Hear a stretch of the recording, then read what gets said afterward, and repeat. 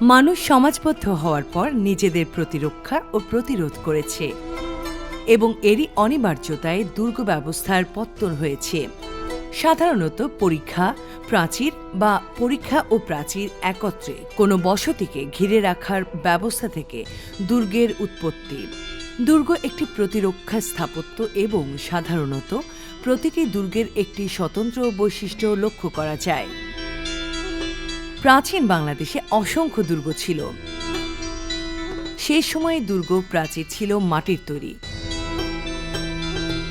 তবে পর্যাপ্ত তথ্যের অভাবে অনেক দুর্গের স্থাপত্যিক বৈশিষ্ট্য জানা যায় না। মধ্যযুগে দুর্গ স্থাপত্য বিকাশে মুঘলদের ব্যবহৃত স্থাপত্য শৈলী বাংলাদেশে স্থাপত্যিক অগ্রগতির গুরুত্বপূর্ণ কালপর্বকে নির্দেশ করে। সুলতানি যুগের দুর্গ স্থাপত্যের তুলনায় মুঘল দুর্গ স্থাপত্য অনেক বেশি পরিণত। বাংলাদেশে মুঘল দুর্গ ছিল উত্তর ভারত কেন্দ্রিক তাদের দুর্গের অনুকরণ। ব্যবহারিকভাবে মুঘল দুর্গ স্থাপত্যকে প্রধানত দুই ভাগে ভাগ করা যায়, যেমন প্রথমটি জলদুর্গ, অপরটি প্রাসাদ দুর্গ। বাংলাদেশে মুঘলরা জলদুর্গ নির্মাণে বিশেষ গুরুত্ব দিয়েছিলেন, কেননা নদীমাতৃক যোগাযোগের প্রধান অবলম্বন ছিল নৌপথ।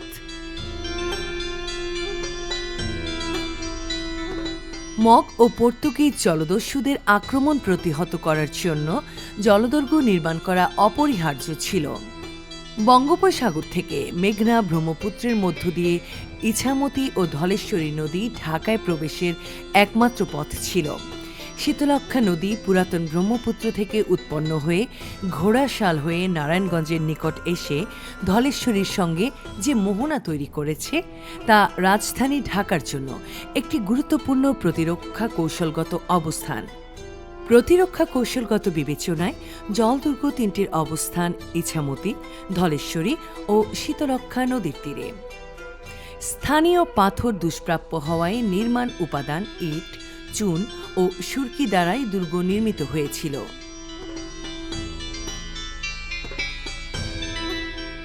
সোনাকান্দা জলদুর্গটি নারায়ণগঞ্জ জেলার বন্দর থানায় শীতলক্ষ্যা ও ধলেশ্বরী নদীর সঙ্গমস্থলে শীতলক্ষ্যা নদীর পূর্ব তীরে অবস্থিত।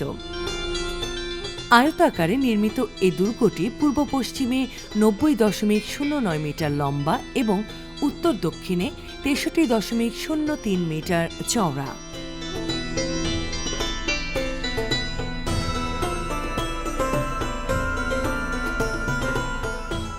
ইট নির্মিত দুর্গের দেয়ালগুলো ১.০৬ মিটার পুরু এবং ৩ মিটার উঁচু। দুর্গের চার কোণে ৪টি অষ্টভুজাকৃতির বুরুজ রয়েছে, যেখানে কামান স্থাপন করে শত্রুকে প্রতিহত করা হতো। বুরুজগুলোর মধ্যে পশ্চিম পাশের বুরুজ দুটি অপেক্ষাকৃত বড়। উত্তর দিকে প্রবেশ তোরণে চতুর্কেন্দ্রিক খিলান দেখা যায়। দুর্গের প্রাচীরে মার্লন দেখা যায়। মার্লনের ফোঁকরগুলোতে বন্দুক তাক করে শত্রুকে নিশানা করা হতো। সোনাকান্দা দুর্গের গুরুত্বপূর্ণ স্থাপত্যিক বৈশিষ্ট্য হল দুর্গের বাইরে পশ্চিম পাশে দেয়াল বেষ্টিত একটি গোলাকার উঁচু বুরুজ।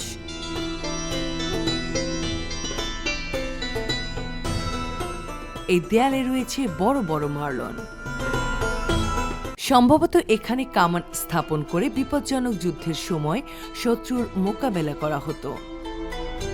দুর্গে সৈন্যদের বসবাসের কোনো স্থায়ী দালান কোঠা না থাকায় ধারণা করা হয় যে যুদ্ধরত সৈন্যরা তাঁবুতে বসবাস করত। দুর্গটি নির্মাণের সঠিক সময়কাল জানা যায় না। সোনাকান্দা নারায়ণগঞ্জের গুরুত্বপূর্ণ জলদুর্গ। এটা একটি বৃহদাকৃতির দুর্গ।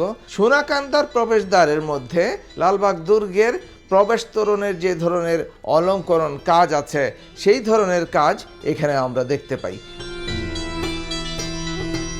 রাজধানী ঢাকাকে জলদস্যুদের আক্রমণ থেকে রক্ষা করতে মুঘল আমলে নির্মিত ৩টি জলদুর্গের মধ্যে একটি হচ্ছে ইদ্রাকপুর দুর্গ।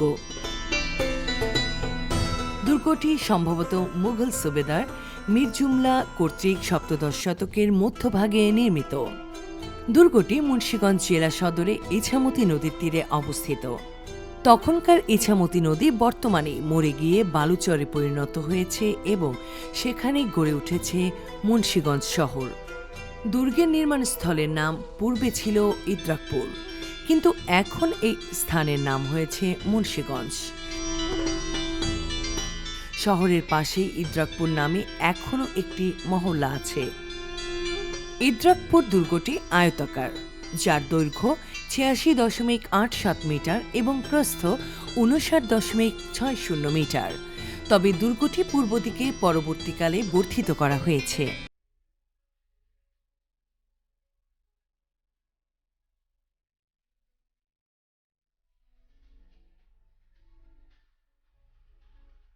মূল দুর্গের চার কোণে ৪টি বুরুজ রয়েছে।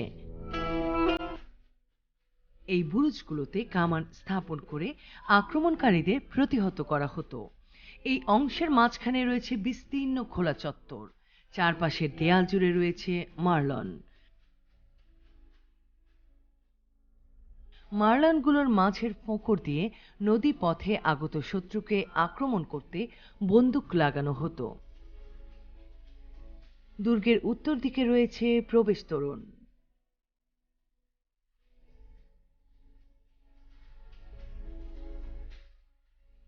তোরণের ওপরে অর্ধ গম্বুজ রয়েছে। দুর্গটির সর্বাধিক লক্ষণীয় বৈশিষ্ট্য হচ্ছে পূর্ব প্রাচীরে ৩২.৫ মিটার ব্যাস বিশিষ্ট গোলাকৃতির একটি বুরুজ।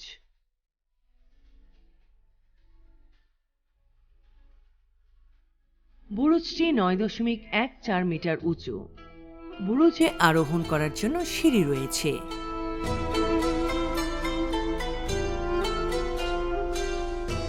এই বুরুজে একটি গুপ্ত সিঁড়িপথের অস্তিত্ব রয়েছে, যা সম্ভবত পূর্ব দিকের বর্ধিত অংশে যাতায়াতের জন্য ব্যবহৃত হতো অথবা প্রয়োজনে নদীতে যাওয়া যেত। ইদ্রাকপুর দুর্গ স্থাপত্যটির প্রতিরক্ষা কৌশল বিবেচনায় অধিক গুরুত্বপূর্ণ, কেননা সুবে বাংলার মুঘল রাজধানী ঢাকায় বঙ্গোপসাগর থেকে প্রবেশের জন্য ইছামতি নদী ছিল সহজ পথ। এই বিবেচনায় ইদ্রাকপুর ছিল বহিস্থ সীমান্ত দুর্গ।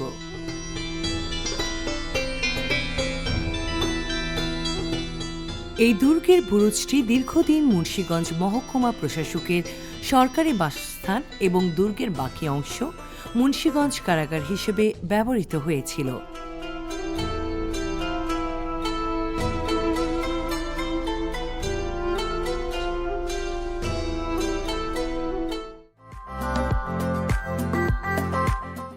ইদ্রাকপুর দুর্গ এটা কিন্তু ঢাকায় না, এটার অবস্থান কিন্তু মুন্সিগঞ্জে। ফলে স্বাভাবিক প্রশ্ন এসে দাঁড়ায়, ঢাকার নিরাপত্তা কিভাবে নিশ্চিত করছে এই দুর্গটি?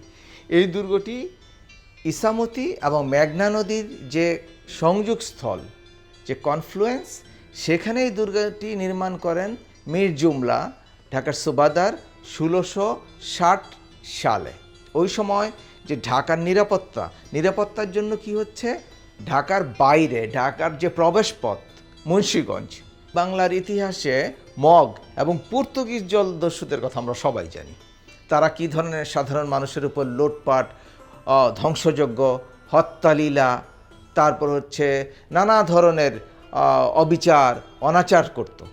সেই সময় ঢাকায় এসেও কখনো কখনো হানা দেওয়ার চেষ্টা করেছে। তো মুঘলরা যখন বাংলা তাদের দখলে নিয়ে নিল, তখন দেখলো যে সামরিকভাবে ঢাকাকে যদি সুরক্ষিত রাখতে চাই, কারণ ঢাকা হচ্ছে প্রশাসনিক কেন্দ্র, তো প্রশাসনিক কেন্দ্রকে স্বাভাবিকভাবেই সুরক্ষিত রাখতে হবে, এটাকে রক্ষা করতে হবে। রক্ষা করতে হলে কি প্রয়োজন? দেখলো যে এই মগ এবং পর্তুগিজ জলদস্যুরা তারা কি করে, তারা হচ্ছে ওই মেঘনার ওই পথ ধরে ঢাকার দিকে আসে এবং ঢাকায় এসে লুটতরাজ করে, বাজার সদাই, সাধারণ মানুষের বাড়িতে লুটতরাজ চালায়, হত্যা নির্যাতন চালায় এবং অনেককে ধরে নিয়ে কি করে, কৃতদাস হিসেবে বিক্রি করে দেয়। তখন মুঘল যে প্রশাসন ছিল, প্রশাসন চিন্তা করলো এদেরকে ঢাকার বাইরে আমরা আটকাবো, যাতে ঢাকায় না ঢুকতে পারে। সেই জন্য রাজনৈতিক এবং সামরিক কৌশলগত একটি গুরুত্বপূর্ণ ছিল এই ইদ্রাকপুর।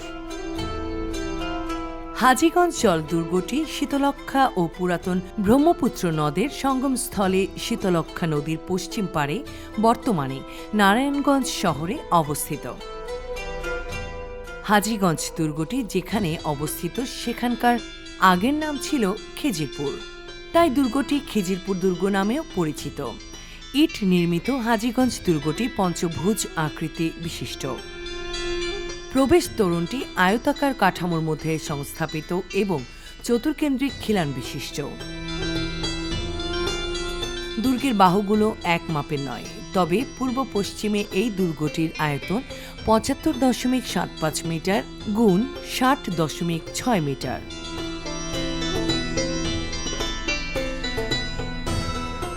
দুর্গের কোণগুলো অর্ধবৃত্তাকারে নির্মিত।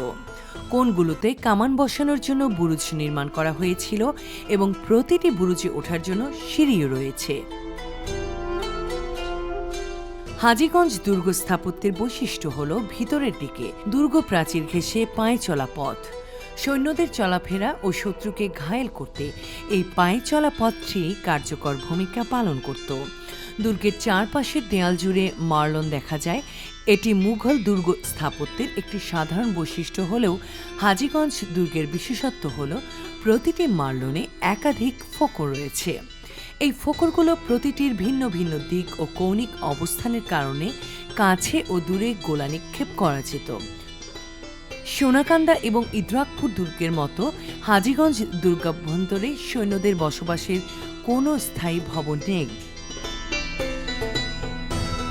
দুর্গটি নির্মাণের সঠিক সময়কাল জানা যায় না, তবে ধারণা করা হয় যে সুবা বাংলার মুঘল রাজধানী ১৬০৮ বা ১৬১০ খ্রিস্টাব্দে ঢাকায় স্থানান্তরিত হওয়ায় অব্যবহিত পর সুবাদার ইসলাম খানের সময়ে সপ্তদশ শতকের প্রথম দশকে হাজীগঞ্জ দুর্গটি নির্মিত হয়।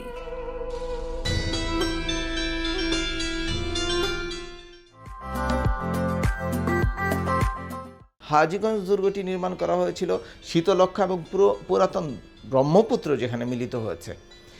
এই যে সংযোগস্থল, এই নদীর এই সংযোগস্থলে এই হাজীগঞ্জ দুর্গটি নির্মাণ করা হয়। পর্তুগিজ জলদস্যু, সেই সাথে মগ জলদস্যুদের অত্যাচার এবং তাদের অত্যাচারের হাত থেকে নদীপথের ব্যবসা বাণিজ্য এবং ঢাকাকে মূল যে মোগল প্রশাসনিক কেন্দ্র, মূল প্রশাসনিক কেন্দ্রকে সম্পূর্ণ নিরাপদ রাখা, নিরাপত্তা দেয়া।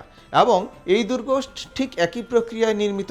শত্রুপক্ষের বা জলদস্যুদের যদি কোনো রণতরী দেখা যায়, সেগুলোকে কি করা হয়, গুলি করে ওখানেই তাদেরকে থামিয়ে দেওয়া হয় যাতে তারা সামনে না আসতে পারে। তো হাজীগঞ্জের দুর্গটিও ঠিক একইভাবে নির্মাণ করা হয়েছিল। হাজীগঞ্জ দুর্গটি নির্মাণ করেছিলেন মোগল সুবাদার ইসলাম খান। ইসলাম খান আমাদের ইতিহাসে অত্যন্ত সুপরিচিত এক ব্যক্তিত্ব, যাকে সম্রাট আওরঙ্গজেব পাঠিয়েছিলেন বাংলার সুবাদার হিসেবে, এবং সুবাদার ইসলাম খান অত্যন্ত যোগ্যতার সাথে বাংলাকে শাসন করেছেন।